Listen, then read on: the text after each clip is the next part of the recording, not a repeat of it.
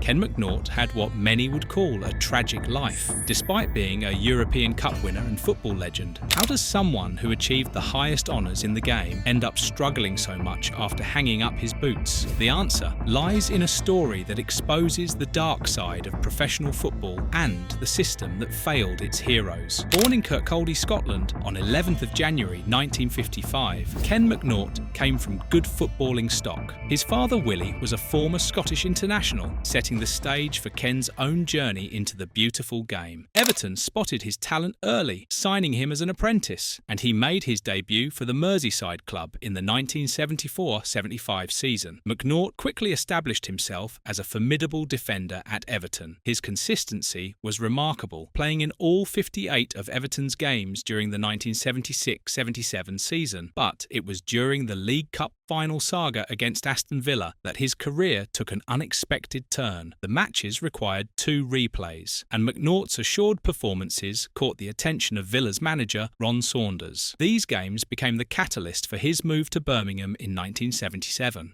At Aston Villa, McNaught's career reached incredible heights. Manager Ron Saunders paired him with fellow Scotsman Alan Evans, and together they formed a defensive partnership that became the bedrock of the club's success. McNaught was an ever-present player in the side that won the First Division title in 1981, representing Villa's first top-flight championship in 71 years. The pinnacle came in 1982 when Aston Villa conquered Europe. McNaught played a crucial role in their European Cup triumph, helping secure a 1-0 victory over Bayern Munich in the final. The success continued as he captained the team and even scored a decisive goal in their 1983 European Super Cup win against Barcelona. McNaught has spoken fondly of this period, describing it as a time of immense enjoyment and brotherhood. The team shared more than just victories. There was daily banter and a bond that made him want it never to finish. This emotional and social fulfillment shows his identity wasn't just tied to professional success, but to a deep sense of purpose and belonging. Despite his exceptional achievements at the highest levels of English and European football, McNaught holds a peculiar distinction. He was never selected for the Scottish national team, becoming one of only 2 Scots to win the European Cup without earning a full international cap. This oversight would prove symbolic of a recurring pattern where his remarkable achievements didn't translate into the recognition or security he deserved. However, McNaught's glittering career was about to take a devastating turn. In 1981, shortly after Villa's First Division victory, he underwent knee surgery. Following the procedure, he developed a deep vein thrombosis in his calf. A DVT involves the formation of a blood clot in a deep vein, causing swelling and limiting mobility. While McNaught returned to action after a 4-month layoff, the clot remained in his calf and began to undermine his game. For the final years of his career, as he moved through spells with West Bromwich Albion, Manchester City and Sheffield United, he battled recurrent swelling caused by the persistent DVT. This wasn't a single injury, but a chronic condition that gradually eroded his physical capabilities. The end came in 1986, while playing for Sheffield United. At just 31 years old, McNaught received devastating medical advice. A broken leg could result in the loss of his limb. This left him no choice but to immediately retire from professional football. For someone whose identity and life had revolved around the sport since his teenage years, this wasn't simply losing a job, but the abrupt end of everything he knew. McNaught has candidly described the psychological tailspin that followed his retirement. The loss of his career and identity was an existential blow. He became a real pain to his wife because he had no job and no career, spending 2 or 3 years feeling mentally lost. He captured his anguish perfectly with a profound question. What do you do for the rest of your life when you've given up the thing you know and love most of all? The immediate aftermath brought financial distress. McNaught and his wife Maureen were forced to sell their house in Solihull because they had a mortgage on it. This reality challenges assumptions that all top-tier athletes from his era were financially secure for life. The financial instability made his psychological psychological distress even worse, leaving him kicking his heels with no clear path forward. McNaught spent years in a restless search for new purpose, describing himself as going all round the world looking for a replacement for football. He found his way into the golf industry, managing facilities at the Crieff Hydro Hotel, and spending nearly a decade as a golf manager at the prestigious Gleneagles Resort. He even took a brief unpaid coaching role in China. In 2002, he and his wife emigrated to Australia, where he found work as a general manager in a mining camp. The job involved catering to over 800 people and being on call 24 hours a day, 7 days a week. McNaught described this as a tough existence, far from his previous life. These disconnected roles highlight the challenge of finding new identity and purpose once the familiar structure of athletic career disappears. The search for purpose came full circle when McNaught returned to Birmingham and was appointed general manager of the Aston Villa Former Players Association. In this role, he finally found the replacement for football he'd been seeking, noting that he'd ended up coming back to Birmingham and back to football right where he'd left it. But McNaught's struggles weren't over. In 2015, at age 60, he received a diagnosis of a severe heart condition. He required invasive surgery to replace his aortic root and a heart valve, an operation he underwent in 2016. The urgency was dire, with reports suggesting that waiting for the procedure on the National Health Service could have put him at risk of a fatal heart incident or possible embolism. With his life at risk, McNaught turned to the Professional Footballers Association, the trade union for professional players, to help with the surgery costs. According to his public account, the PFA refused to assist with the $37,500 bill and barely managed to pay for his initial MRI scan. This alleged refusal to provide financial support in a life-threatening situation was devastating. The conflict wasn't just financial, but deeply emotional. McNaught recounted calling the organisation to discuss the psychological fallout of his diagnosis and the stress of the financial dispute, only to be left on the phone in tears. This moment represents a profound breakdown in the PFA's ability to provide compassionate support to a former player